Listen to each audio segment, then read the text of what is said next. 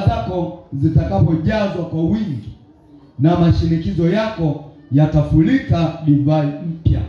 Kwanza inatangulia kumheshimu Bwana kwa mali zako. Kumheshimu Bwana kwa mali yako ni kumtumikia kwa mali aliyokupa. Unaona, Safira na mke wake hawakumheshimu Bwana kwa sababu walitoa mali yao kwa Bwana. Walipoiuza wakaitamani, hawakumheshimu Bwana. Yule mwenzao ilikuwa ni tabia yake kutumia mali yake kumheshimu Mungu. Alitumia mali aliyonayo kwa ajili ya ufalme wa Mungu. Bwana Yesu asifiwe sana. Unaona kina Dorcas, wao walikuwa na tabia kutumia mali zao kugawa kwa maskini. Hata walipokufa akatafutwa mtu wa Mungu, akaletwa, akaomba kwa Mungu, akafufuliwa tena, kwa sababu alitumia mali zake kwa maskini, kwa wajane, kwa wasiojiweza, kwa ajili ya ufalme wa Mungu. Unaona kwenye kitabu cha Matendo ya Mitume anatajwa mtu mmoja anaitwa Kornelio. Anatumia mali zake kwa ajili ya kuwapa watu sadaka kwa ajili ya ufalme wa Mungu. Sio anatoa kwa ajili ya watu wamwone. Furaha yake kutumia mali yake kwa ajili ya watu. Malipo kwamba Mungu anamtuma mtumishi wake aende apeleke neno la Mungu kwenye nyumba yake. Bwana Yesu asifiwe sana. Hapa anasema mheshimu Bwana kwa mali yako. Manake mali yako ukiitumia kwa ajili ya ufalme wa Mungu, umemheshimu Mungu, umemtumikia Mungu. Unapoitumia nje ya ufalme wa Mungu, manake umemchukiza Mungu. Ndio naona leo mtu anatumia mali yake kujenga guest, watu walale. So guest kwamba walale wageni labda hoteli, walale wazinifu waende wakaziniane. Ametumia mali yake kujenga sehemu ya kuziniana watu. Ametumia mali yake kujenga kilabu cha pombe. Watu waje waharibike akili. Wanaingia wanaofahamu, wanatoka wameharibika ufahamu. Ametumia mali yake kwa ajili ya kujenga ufalme wa Shetani. Ametumia mali yake kudhamini matendo machafu. Bwana Yesu asifiwe sana. Anadhamini vitu visivyofaa. Unatumia mali ya kudhamini vitu visivyofaa. Lakini Biblia inaonyesha mali tulio nayo tumheshimu Bwana kwa hiyo. Unatumia mali ulio nayo unamheshimu Mungu kwa hiyo. Maanake unaitumia kwa ufalme wa Mungu, sio wa Shetani. Leo naona mtu anatumia mali alionayo, anaenda kununua wigi anaweka kichwani. Baada ya siku 2-3 analitoa. Katumia mali aliyopewa na Mungu kununua wigi au kuweka kope bandia. Ni kama makufuru mbele za Mungu. Bwana asifiwe sana. Unatumia mali ulionayo kulewa au kuwanywesha watu wengine. Unaambia kunyweni ninazo. Mungu amekupa mali ili kwa zile mali zako utumie kumheshimu yeye. Mtu anatumia mali alizopewa na Mungu kufanya vitu vya ajabu kabisa. Wako wanaosuka nywele za 300,000. Ndani ya siku 7 anaenda kuzifumua na zitupa kule. Umetumia mali yako vibaya. Hujamheshimu Mungu kwa mali yako. Bwana Yesu asifiwe sana. Wako wanao seti, anaenda saluni kuseti, anatumia 100,000 kuseti tu nywele zikae hivi. Baada tu ya usiku tu mmoja, yani akilala tu usiku mmoja, kesho zishafurumuka. Ametumia mali yake vibaya. Bwana Yesu asifiwe sana. Fikiria mtu anatumia mali yake, anachukua pesa anaenda kubandika kucha wakati hali tayari anakucha. Haya ni matumizi sahihi ya mali yako? Ni matumizi mabaya mbele za Mungu. Wao wanaona ni hela yangu. Biblia yakumbuka tulikotoka na hili somo. Zaburi ya 24 inatuambia mbingu na nchi na vyote vijao ndani yake ni mali ya nani? Wewe una chapo. Mbingu na nchi na vyote vijazavyo, Biblia inatuambia ni mali ya Bwana. Na wakao ndani yake, wewe na mimi tunakaa ndani yake. Sisi wenyewe ni mali ya Bwana. Hapa anasema mheshimu Bwana kwa mali yako. Kile ambacho Mungu amekupa nacho kitumike vizuri. Sikitumia tu kwa sababu ndio mtu anasema si nipangie masharti. Hela ya kwangu na una hela wewe, ni mali ya Bwana. Ni kwa sababu hawajui ndio anaweza kusema pesa ya kwangu huwezi kunipangia masharti. Si ya kwako. Maandiko yanasema mbingu na nchi na vyote vivijazao na wakao ndani yao ni mali ya Bwana. Wewe mwanadamu huna chako. Wewe mtu huna chako. Bwana asifiwe sana. Ndio maana hata mwili wako sio mali yako. Anasema atakayeliharibu hekalu la Bwana, Bwana atamharibu mtu huyo. Maana hata huu mwili huna uhalali wa kuutumia unavyotaka wewe. Ndio unaona leo mtu anachora nge, anachora jongoo shingoni, anachora nyoka mgongoni, ataharibiwa. Kwa sababu hutaki utumie mwili wako, uutumie mwili wako unavyotaka wewe. Ni mali ya Bwana. Sema huu ni mwili wangu, ninautumia ninavyotaka mimi. Mtu hawezi kunipangia huu ni mwili wangu mwenyewe. Wewe kwenye mwili wangu unanipangiaje? Si wa kwako. Umetajwa kwenye Biblia ni hekalu la Mungu. Na anasema mtu akiliharibu hilo hekalu, Mungu atamharibu huyo mtu. Yaani wewe unayekaa ndani ya huo mwili, wewe mwanadamu ulioko ndani ya huo mwili, ukiutumia huo mwili vibaya, Mungu atakuharibu wewe. Wewe yule wa ndani ambaye ukilala unaota ndoto upo kwenu, unaota ndoto sijui unaimba sijui unaimba unafanya nini, wewe wa ndani ukitumia mwili wako vibaya, Mungu anakuharibu wewe wa ndani. Hapa anasema muheshimu Bwana kwa mali yako. Manake mali yoyote ulionayo sio ya kwako, ni ya Bwana. Kwa hiyo itumie kwa faida ya ufalme wa Mungu. Ndio anatumia hela yake kununua sigara. Yaani unachukua hela unaichoma kwenye moto. Sigara shilingi ngapi? Shilingi 100. Kwa wiki unakuta amevuta karibu za 30,000 mpaka 50. Kwa mwaka huyo anatumia karibu milioni 2 kwenye sigara. Anachukua milioni 2 anaichoma moto. Amemheshimu Bwana huyo? Bwana Yesu asifiwe sana. Amemheshimu Mungu? Anatumia mali ambayo Mungu amempa, anaichoma moto. Wakati huo Mungu anaangalia upande wa pili, kuna maskini wanalala njaa. Kuna yatima hawajaenda shule kwa sababu ya kukosa ada. Wewe unatumia milioni 2 kuchoma moto kama sigara. Watalipa. Bwana asifiwe sana. Watafanyaje? Watalipa. Ndio maana Mungu ameweka wahubiri duniani. Tuwahubiri wapate kujua kosa lao. Anasema yeye anatafuta mwenyewe, unaweza aje kunipangia matumizi yangu? Kila utakachokifanya kama unafanya vibaya, Bwana atamhukumu huyo mtu. Ndio maana angalia, ni mwili wako, lakini Mungu anasema hilo ni hekalu lake. Ni mali, wewe unasema ni mali yangu, Mungu anasema ni heshimu kwa hiyo mali. Haleluya kanisa. Bwana Yesu asifiwe sana. Watu wangelijua wangeishi kwa umakini sana. Lakini kwa sababu wamepotea, iko siku itawaharibu. Itawaharibu. Kila mwanadamu aliyepewa chochote atatoa hesabu juu ya hicho kitu. Angalia Safira na mke wake walikuwa na uwanja. Kwa kawaida waliona ni mali yangu, ni mali yetu. Lakini Mungu aliona ni mali yake, amewapa tu kama wadhamini. Walipopata tamaa ya fedha zilizotokana na kile kiwanja, Mungu aliwaua. Bwana asifiwe sana. Wakaja wakadanganya hizi ndio tulio, wakafa. Akaanza mwanaume akafa. Akaja mke naye akafa. Kwa hiyo Mungu anataka tujue kwamba nchi na vyote vivijazavyo ni mali yake. Akikupa mali, akikumilikisha kitu, tumia hicho kitu kumheshimu Mungu. Bwana Yesu asifiwe sana. Usitumie vibaya kile Mungu alichokupa. Ndio maana hata talanta na vipawa, kila mmoja atatoa hesabu ya talanta yake. Nilikupa talanta ya kuimba, nilikupa talanta ya kuhubiri, nilikupa talanta ya kufundisha, nilikupa talanta ya udaktari, nilikupa talanta ya uongozi. Ulitumiaje talanta yangu? Bwana asifiwe sana. Mtu anasema mimi nilisomea uongozi. Mungu ndo anaweka viongozi kwanza, alafu elimu inafuata. Ni Mungu aliweka huo uongozi ndani. Ukitumia vibaya lazima utatoa hesabu.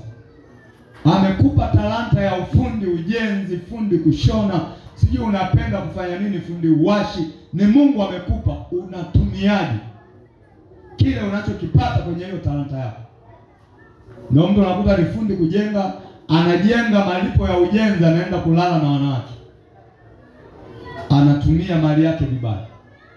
Labda ni fundi kuchomea, anachomea mageti ya watu, anatengeneza milango ya watu, malipo ya ile pesa anaenda kulala na wanawake, au anaenda kunywea pombe, au ananunua sigara anavuta. Atalipa, atadaiwa siku moja.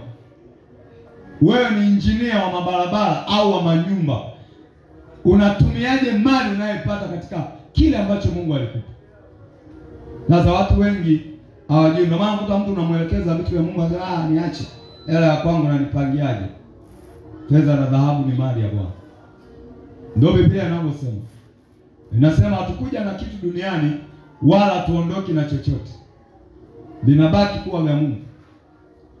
Bwana asifiwe sana. Umewahi kuona tajiri yoyote ameondoka na gari? Anasema ameondoka na gari yake bwana, au tumezika na gorofa yake, ameenda na gorofa 8, wote wanaviacha hapo. Wewe umewahi kuona nani amekufa? Anasema ameenda na cheo chake, alikufa na cheo cha ukoplo, kaondoka na ukoplo wake, vinaachwa hapa. Ameenda na udaktari wake, vinaachwa hapo. Bwana asifiwe sana. Lakini wakishaenda kule lazima watoe hesabu, walitumiaje mali ambayo Mungu aliwapa, talanta, vipawa, kalama ambazo Mungu aliwapa. Hapa anasema muheshimu Bwana kwa mali yako na kwa malimbuko ya mazao yako yote. Nini unazalisha? Unamheshimuje Mungu kwa kile unachozalisha? Unazalisha nini? Wanaweza tuwe sana. Kila tunachozalishwa, kinachozalishwa na wewe, Mungu anataka umheshimu kwa hicho. Anataka umheshimu kwa hicho. Usipomheshimu manake na gharama. Lakini anasema ndipo ghala zako zitakapojazwa kwa wingi na mashinikizo yako yatafurika divai mpya. Manake unapomheshimu, malipo yanaanzia hapa duniani. Mungu anajaza hazina zako. Mungu anajaza, yani kile kipawa kinakolezwa, kinazidishwa ukikitumia vizuri. Kama ni mali, Mungu anakuzidishia maradufu kwa sababu umeitumia vizuri. Lakini anaona amekupa, unatumia vibaya, unachoma kwenye moto, hawezi akakujaza. Ndio maana uhaba leo duniani ni mkubwa. Uhaba wa talanta, vipawa ni mkubwa, kwa sababu walipopewa wakafikiri ni vya kwao, wanaweza kutumia wanavyotaka, wakamsahau Muumba wao. Kwa hiyo Mungu akaviondoa. Si kwamba kwa sababu ameviondoa ndio kwamba wako salama. Watapata tabu hapa duniani, lakini bado hesabu inawasubiri kwenda kutoa hesabu. Ulitumiaje mali yako? Wanaweza siwe sana. Ulitumiaje mali yako? Twende tuangalie andiko lingine. Kutoka 23 mstari wa 19. Kutoka 23. Tuko kwenye aina ya pili ya utumishi. Utumishi kwa njia ya mali zako. Kutoka 23.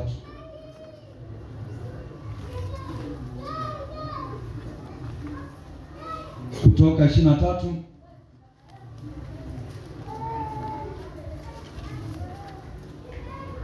mstari wa 19. Anasema hivi. Anasema ya kwanza malimbuko ya nchi yako utayaleta kuyatia ndani ya nyumba ya Bwana Mungu wako. Cha kwanza unachokipata Mungu anataka kitumike kwenye nyumba yake.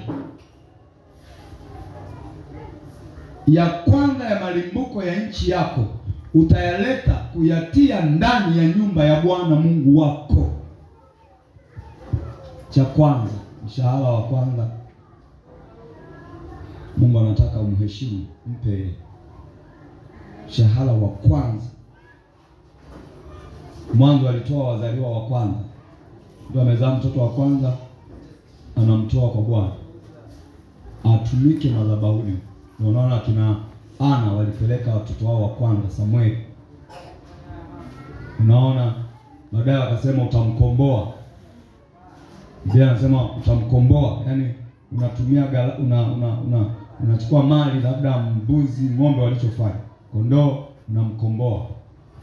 Badala ya kumpeleka unapeleka vile kama fidia. Lakini hapa anasema ya kwanza ya malimbuko ya nchi yako utayaleta kuyatia ndani ya nyumba ya Bwana Mungu wako. Kwa mfano umelima mazao, ndio mwanzo wa kulima hilo shamba. Umelima shamba lako, umevuna magunia 7 au 4 ya mahindi, ndio ya kwanza. Tangu ulime ndio ya kwanza. Ilitakiwa yote yale yaende nyumbani kwa Bwana, yatoe kama limbuko. Leo watu hawafanya. Umelima mpunga, umepata magunia 2, mavuno ya kwanza ilikuwa yote unayapeleka nyumbani. Bwana asifiwe sana. Wenzetu walifanya kile cha kwanza. Mungu alitaka kiwe cha kwake. Kwa nini? Na muheshimu Mungu kwa ajili ya mazao. Kwa maana baada ya pale walifanikiwa sana. Yaani nchi ilizaa bila hata gharama. Leo kwa nini nchi inakataa kuzaa mpaka kwa gharama, mbolea, mpaka wanawekewa na ruzuku, mbolea bei kubwa, bado hawavuni? Wameletewa mbegu feki, inazaa sana lakini haina uzito, bado shida ziko pale pale. Wenzetu walizingatia sheria ya Mungu. Neno la Mungu linatakaje? Kitu cha kwanza ni cha Mungu. Wanaweza siwe sana. Ni rahisi kupeleka kwa Mungu kidogo kuliko kingi. Wengi kama mshahara wako wa kwanza ni milioni 2, 3, 1,500,000. Sema sikeli wote hapa. Yaani anaona mwezi ujao ndio hapa. Mtatoa tu zaka basi. Kumbe ilitakiwa mshahara wa kwanza labda amepata 100,000. Zaka 10,000. 90 ile yote, Mungu nakushukuru umenipa kazi, mshahara wangu wa kwanza ni mbuko. Kutoka pale Mungu angefanya vya kwake. Bwana asifiwe sana. Angeishi akipandishwa, akiinuliwa, utukufu hata utukufu, kwamba nimemheshimu Bwana, nimemtumikia Mungu kwa mali yangu. Bwana Yesu asifiwe sana. Haleluya kanisa. Tende Wafalme wa kwanza sura ile ya 10. Wafalme wa kwanza sura ile ya 10.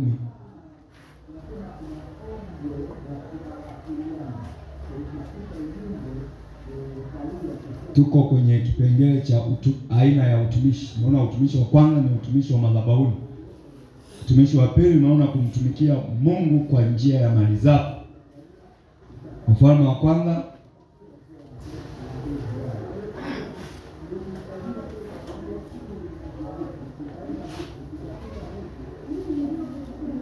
Wafalme wa kwanza sura ya 10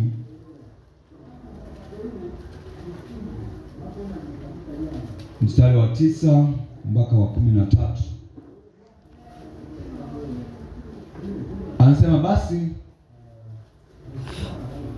Anasema na ahimidiwe Bwana Mungu wako aliyependezwa nawe, ili akuweke juu ya kiti cha enzi cha Israeli, kwa kuwa Bwana amewapenda Israeli milele. Kwa hiyo amekufanya kuwa mfalme, ufanye hukumu na haki.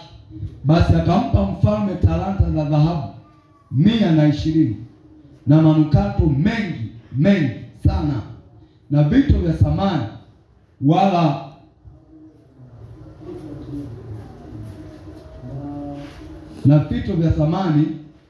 wala haukuja tena wingi wa manukato kama hayo Malkia wa Sheba aliyompa mfalme Suleiman. Tena merikebu za Hiramu zilizochukua dhahabu kutoka Ofiri, zikaleta kutoka Ofiri miti ya msandali mingi sana na vito vya thamani. Mfalme akafanya 100 hiyo. Mfalme akafanya kwa mia hiyo ya msandali nguzo za nyumba ya Bwana na za nyumba za mfalme na vinubi na vinanda vya hao waimbaji, wala haikuja miti ya msandali kama hiyo, wala haikuonekana hata leo. Naye mfalme Suleiman akampa Malkia wa Sheba haja yake yote, kila alilolitaka zaidi ya hayo alipewa na Suleiman kwa ukarimu wake wa kifalme. Basi akarudi akaenda zake katika nchi yake, yeye na watumishi wake. Hapa mfalme Suleiman anasimama kama Mungu, anasimama kama Yesu. Huyu Malkia wa Sheba ndo kanisa. Angalia, amepeleka zawadi nyingi. Biblia anasema haijawahi kutokea tena zawadi kama hizo ambazo Malkia wa Sheba alizitoa kwa mfalme wa Israeli. Alitoa zawadi nyingi sana, merikebu zilizobeba manukato. Anasema haijawahi kutokea tena manukato kama haya. Imebeba miti ya kutengenezea nguzo ya nyumba ya Mungu, ya kutengenezea vinanda, vinubi. Ameleta kama sadaka, yaani ametumia mali yake kumtumikia Mungu wa Israeli. Wanaweza siwe sana. Lakini angalia, huyu Suleiman anasimama kama Mungu hapa. Anasema naye Suleiman akampa Malkia wa Sheba haja yake yote. Unapomtumikia Mungu kwa mali yako, Mungu anakupa haja ya moyo wako yote. Angalia, yeye ametoa vitu, lakini Suleiman akampa haja yake yote. Ina maana kuna mali unaweza kuwa nazo, lakini huwezi kuwa nazo vitu ambavyo vinatoka kwa Mungu tu. Unaweza kumiliki mali zote usiwe na watoto. Unaweza kumiliki mali zote usiwe na afya njema. Unaweza kumiliki mali nyingi usiwe na kitu fulani ambacho ni Mungu tu angeweza kukupa. Bwana Yesu asifiwe sana. Uponyaji ni Mungu tu anaweza kutoa. Sasa huyu mfalme Malkia wa Sheba alipoenda kuona hekima ya Mungu ndani ya Suleiman na namna Suleiman anavyosimamia taifa la Israeli kwa hofu ya Mungu, kwa haki, akajua Mungu yuko hapa. Ndio maana angalia maneno anayosema huyu Malkia anavyomwambia Suleiman. Anasema basi akampa mfalme talanta za dhahabu 120, manukato mengi sana, na vito vya thamani, wala hakuja tena wingi wa manukato kama hayo Malkia wa Sheba. Malkia leo ni kama, tungesema ni kama kiongozi wa taifa. Ndio maana unaona wakina Esther wale anaitwa Malkia, kwa sababu alikuwa ni mke wa mfalme. Anatumia mali yake ujenga ufalme wa Mungu wa Israeli. Na Suleiman anasema akampa haja yake yote. Biblia anasema hivi, mali na nyumba ni ulisi ambao mtu anaopata kwa babake. Lakini mke mwema au mume mwema ni lazima atoke kwa bwana. Kwa hiyo kuna vitu mwanadamu anaweza kuvipata kwa kutafuta. Kuna vitu ni lazima Mungu akupe. Bwana Yesu asifiwe sana. Maana yake huwezi kupata mume mwema kwa babako na mamako. Huwezi kupata mke mwema kwa babako na mamako. Anasema Mungu ndo anayetoa hivyo vitu. Wazazi wanaweza kukuchagulia, lakini mbele ya safari akawashinda. Mungu akikupa anahakikisha mnaendana, mnaweza kuchukuliana, mtamaliza mwendo pamoja. Washa taa kule mwisho. Mtamaliza mwendo pamoja. Wazazi wakikuchagulia watataka wakukontrol pia na namna ya kuishi na huyo mtu. Bwana Yesu asifiwe sana. Haleluya. Kwa hiyo mfalme Suleiman anasema naye Suleiman alimpa Malkia wa Sheba haja yake yote. Anayeweza kutoa haja ya mtu yote ni Mungu. Kwa hiyo hapa anasimama kama Mungu. Kwa nini anapewa haja yake yote? Kwa sababu alitumia mali zake kumtumikia. Angalia yule mama kule anatoa ile marhamu ya thamani kwa Yesu. Yesu anasema tendo hili alilolifanya, kila itakapohubiriwa injili hii, kazi njema ya huyu mwanamke itakumbukwa. Hiki alichokifanya kitakumbukwa. Mpaka leo tunasoma habari zake. Kazi njema, Mungu anaita ni kazi njema. Kwa hiyo kuna aina nyingi ya utumishi. Unaweza kutumika madhabahuni kama tulivyohubiri Jumapili, kwa njia mbalimbali, ushemasi, viongozi wa idara, masaidiano, kazi za madhabahu. Lakini kuna aina ya utumishi unatumia mali yako kumtumikia Mungu. Ndio umheshimu Bwana kwa mali yako, ndipo ghala zako zitakapojaa. Kwa hiyo wapo ambao wanatumia mali zao kumheshimu shetani. Ndio hao ambao unaona ananunua sigara, ananunua pombe, ananunua wanawake, ananunua uchawi, ananunua ushirikina, anatumia mali aliyopewa na Mungu kufanya vitu vya ajabu.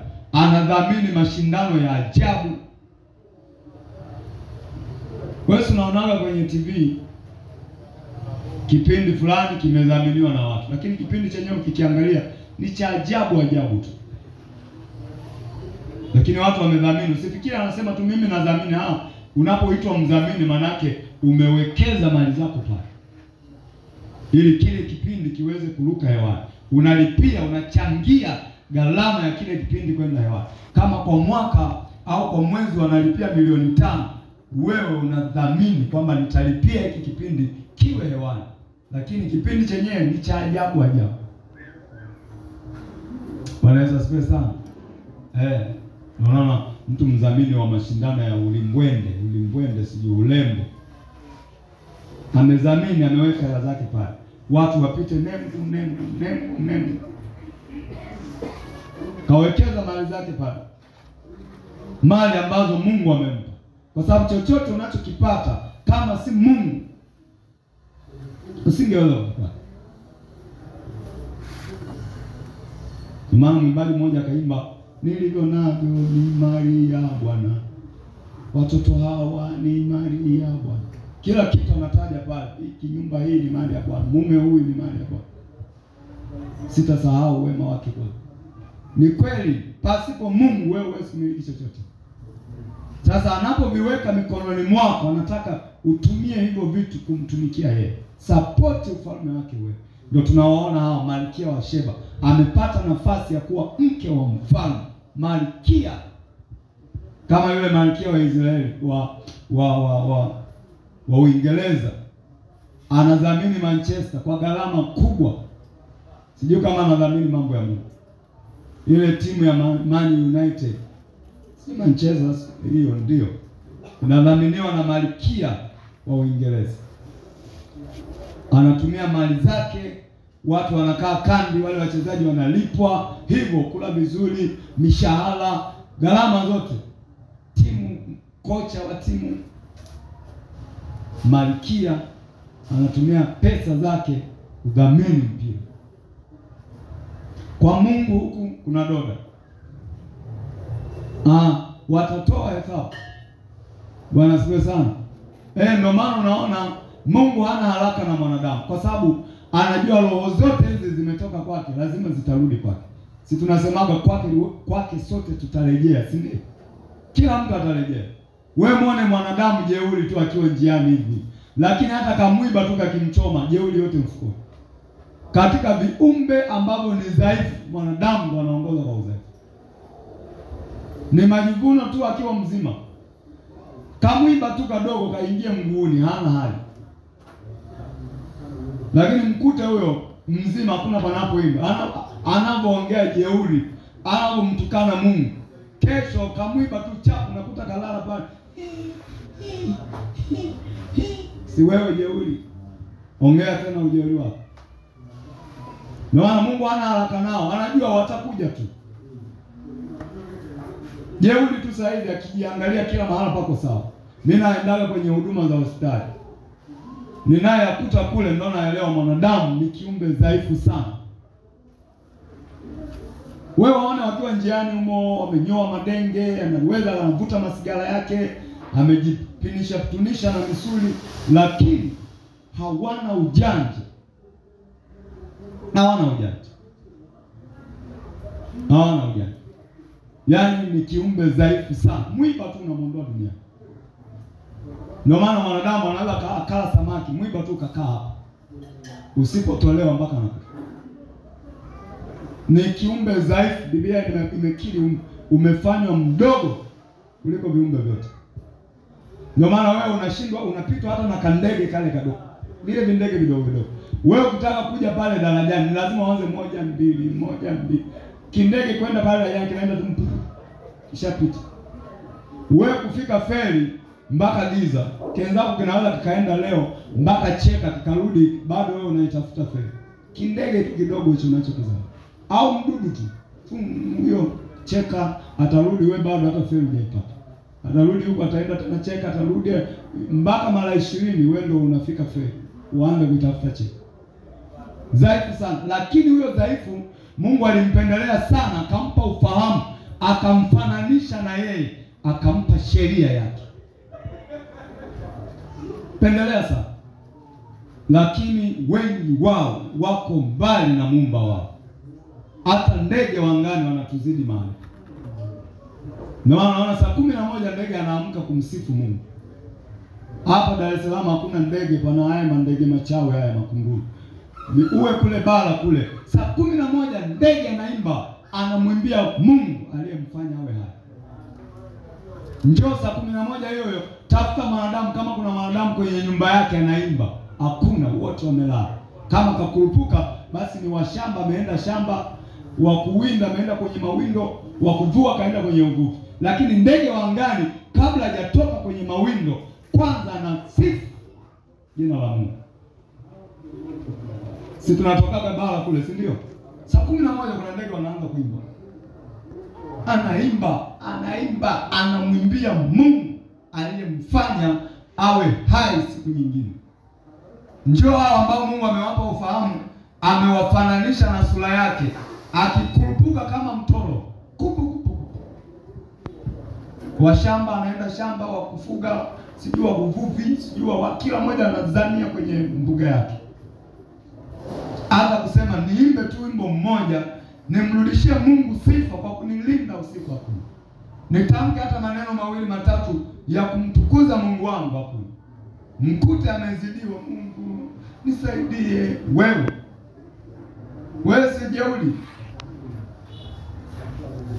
Na wana wote, yani awe tajiri au maskini au sijui kamanda wa jeshi, wote wakipatwa na maradhi unamkuta hana namna. Tena maradhi madhaifu sana. Hana namna, kajikumbata huyo. Wanaweza tuwe sana. Ndio maana sisi tunamhitaji Mungu kuliko viumbe vyote. Wapo viumbe wananyeshewa na mvua tangu ya Januari mpaka inapokuja kukoma. Wewe nyeshewa na mvua hata wiki 2-3. Wiki 2 tu mvua inapopiga upo nje hapo inakupiga. Ya kesho tayari ushaingiwa na homa. Mwambie limonia. Wenzako wanyama hapo inawapiga ya Januari, ya Februari, ya Machi, ya April, ya Mei. Yote na hali humu liko fresh. Linakumuta tu hivi linaendelea na maisha. Bwana siwe sana. Wewe mpaka kwenye viota, mpaka ujifiche kwenye vinyumba vyako. Jua kwako linakumiza, mvua inakumiza, bado wewe ndio unaongoza kwa kumdharau Mungu. Mwanadamu unakuta ndio anaongoza kwa kumdharau. Hao ambao Mungu amewapa mwili mzuri, unakabiliana na mapambano ya kila aina, wanajua kwamba yuko Mungu. Bwana Yesu asifiwe sana. Ndio maana Yesu aliwahi kuambia, kama nyinyi mkikataa, basi haya mawe yatapaza sauti. Lakini anasema viumbe vyote vinamsifu. Viumbe vyote, kila kiumbe unachokiona wewe kinajua yuko Mungu. Mwanadamu pia anajua yuko Mungu, lakini kumsifu pagumu, kumtumikia pagumu. Anajua kabisa Mungu yuko. Bwana Yesu asifiwe sana. Anajua kabisa kwamba Mungu yuko. Lakini kutii kile Mungu anachosema kwamba ni heshimu basi na hiyo afya niliyokupa. Ni heshimu basi kwa hiyo mali niliyokupa. Ya kwangu. Ndio maana unaona mtu anaenda mahala analipia kwa mwezi. Kwamba bwana ninalipia hapo kuja kufanya mazoezi.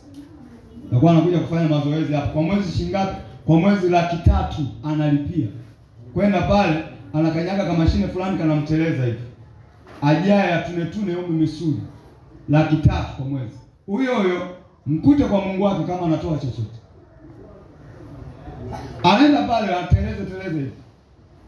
Ni uvivu tu, kwa sababu una uwezo wa kuamka asubuhi kama unataka mazoezi, ukatembea tu mwendo mrefu na kurudi, jasho likakutoka, kutoa sumu mwilini, kutoa jasho. Na anaenda mahali fulani teleza hapo 300 kwa mwezi. Anatumia mali aliyopewa na Mungu kuiharibu kwa mambo kama hayo. Mimi nikitembea hapa na feri na kurudi, tayari jasho litatoka. Kwanza maombi yenyewe tu ni vita. Sinaona hapo tunapoomba tunahitaji mazoezi tena. Sinaona tunapotokaga jasho tunapodhama kwenye maombi. Mazoezi tosha.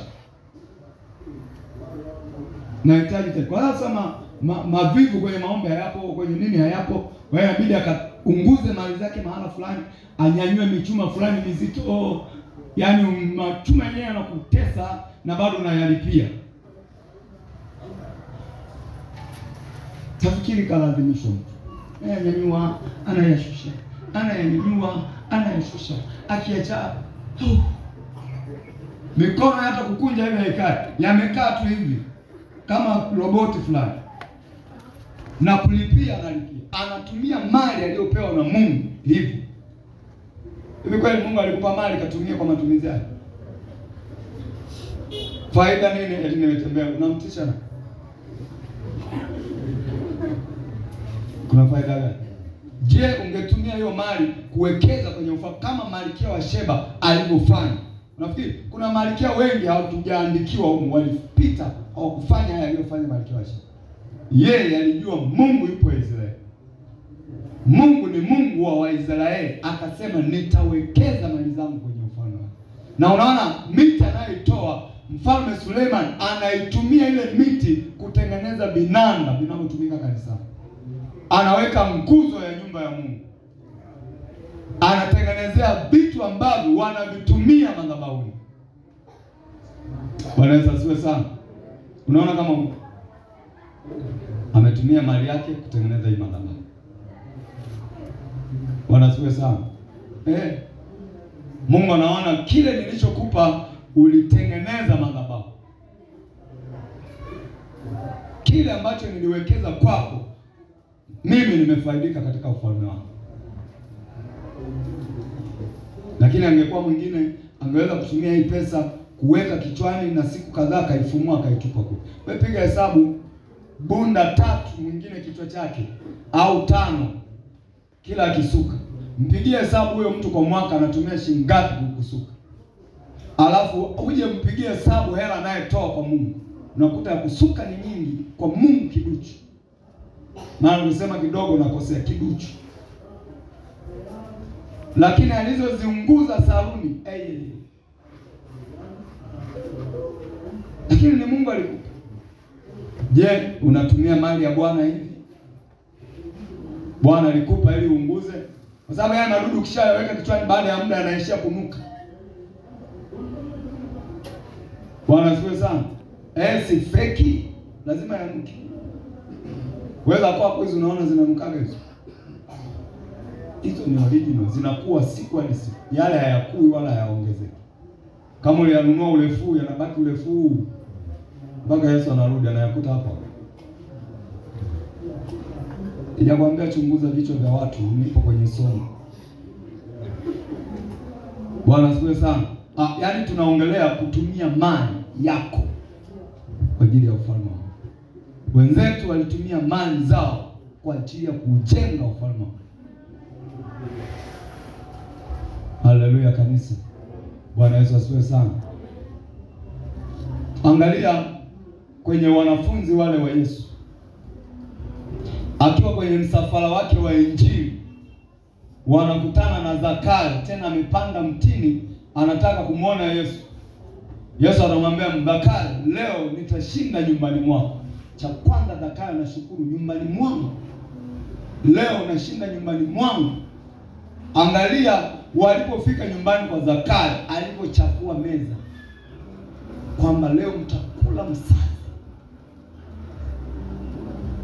Bwana asifiwe sana. Bwana amenitembelea.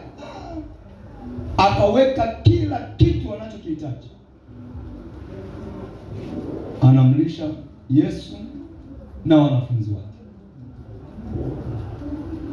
Leo mtu ananunua keki 30,000,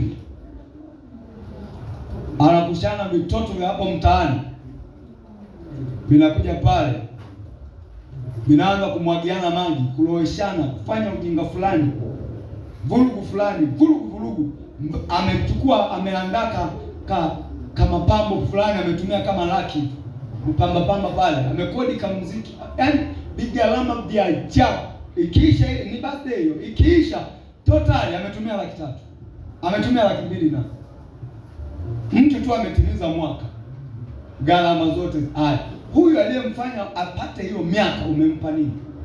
Hivi fikiria, mimi ndo Mungu namlinda mwanao tangu alikiwa tumboni, amepata mwaka wa kwanza, amepata mwaka wa pili. Hujawahi kuja kwangu, Mungu umenipa mtoto na unamlinda, natumia hiki ulichonipa kukutumikia.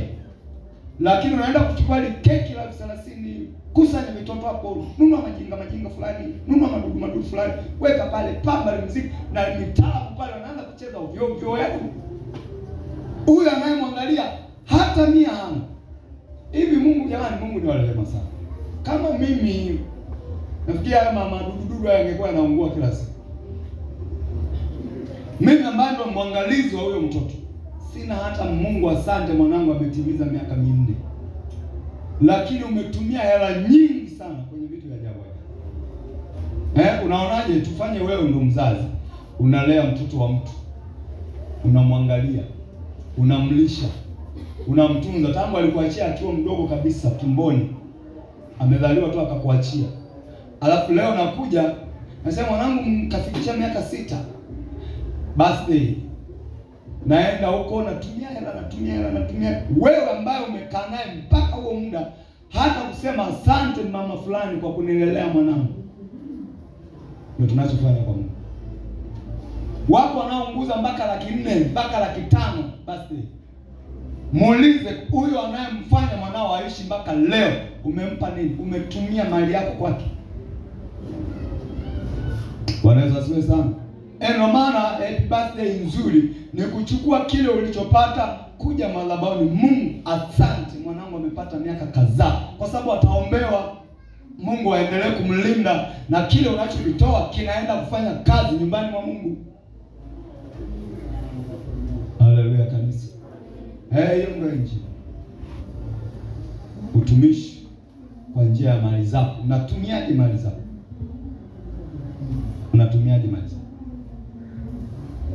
Tutaona wengi tu kwenye Biblia waliotumia mali zao kwa ajili ya ufalme wa Mungu. Unaona mfalme mmoja alienda kujenga ukuta uliobomoka kule Yerusalemu. Alikuwa ameajiriwa katika ufalme, utawala wa Babeli.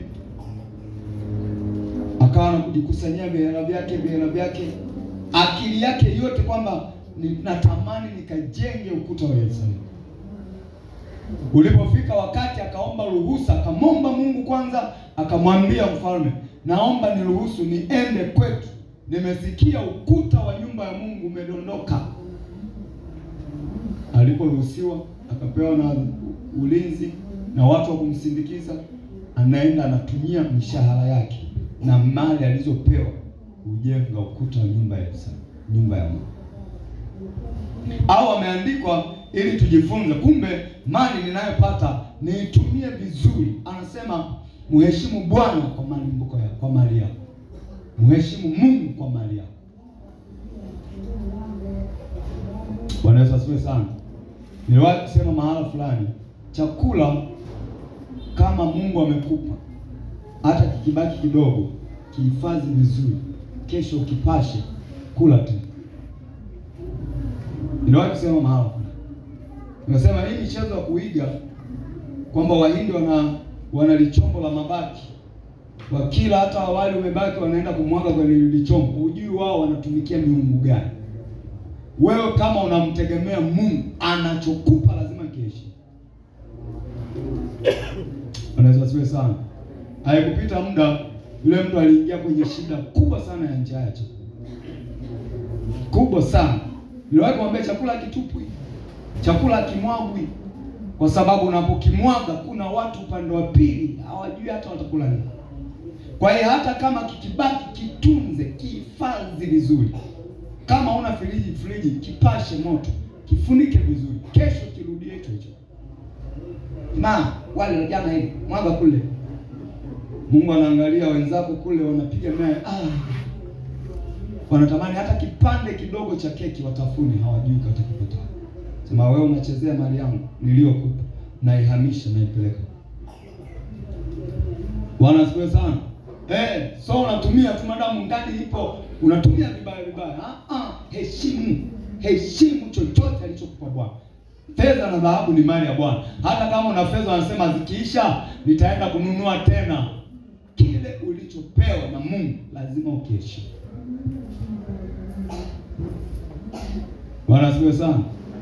Umepika ugali haujaisha, utunze. Kesho ugeuze huo ukatekate tena, weka kwenye maji uvuruge, weka unga kidogo, songa ugali mwingine kule. Sasa polo la jana ili tupa. Mungu anasema wakati huu macho ya Mungu yanaona Sudani, vitoto vinautapia mno, vimekondeana, vinatamani chakula, vinatamani kula hata majani. Wakati huu macho ya Mungu yanaona kule Somalia, yanaona maeneo ambayo yana shida ya chakula kwa ajili ya vita. Wewe unasema ugali umebaki jana au tupia mbwa kule. Bora sasa hata hapo mpe huyo mbwa. Nakuta unalitupa tu. Tupa jalalani. Kwa sababu ndani kiroba cha unga kimejaa. Kwenye akaunti hapo panasoma vizuri. Utaitolea sana. Bwana asifiwe sana. Ndio maana angalia kila mahala Yesu ambapo alifanya muujiza wa chakula, aliwaambia muokote yale masazu yote. Na mniambia amepatikana kiasi gani. Wakaokota wakajaza vikapu 12. Kwani asiwaambia mmeshiba basi haya masazu acha kunguru wale. Kwa nini anaambia okoteni? Wakaokota wakajaza vikapu. Kwamba baraka za Mungu lazima ziheshimu. Chochote ambacho Mungu amekupa kiheshimu. Bwana Yesu asifiwe sana. Heshimu hata nguvu ulionayo hiyo. Maana anakuuliza unaitumiaje baraka ya nguvu niliyokupa. Maana mwingine yuko kama wewe lakini hana nguvu ya kufanya chochote. Ni mdhaifu, ni magonjwa. Januari mpaka Disemba ni mtu wa kuumwa, ni mtu wa kulala, ni mtu wa kuugua tu, magonjwa yamemwandama.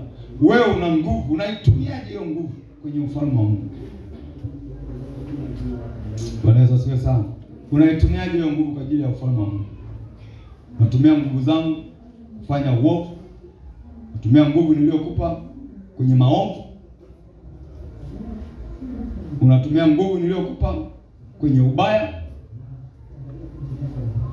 Maana ni bora kama naitumia nguvu yangu kuomba, kuimba, kusifu, kuja ibadani, kufanya kazi iliyo njema, kufanya kazi ya kutafuta chakula cha familia. Hivyo unaitumia vizuri. Lakini unatumia nguvu yako umekaa kwenye bao, unainama mpaka hivi. Unaona vijana mtu wote kainama anasukuma kadudu fulani hivi.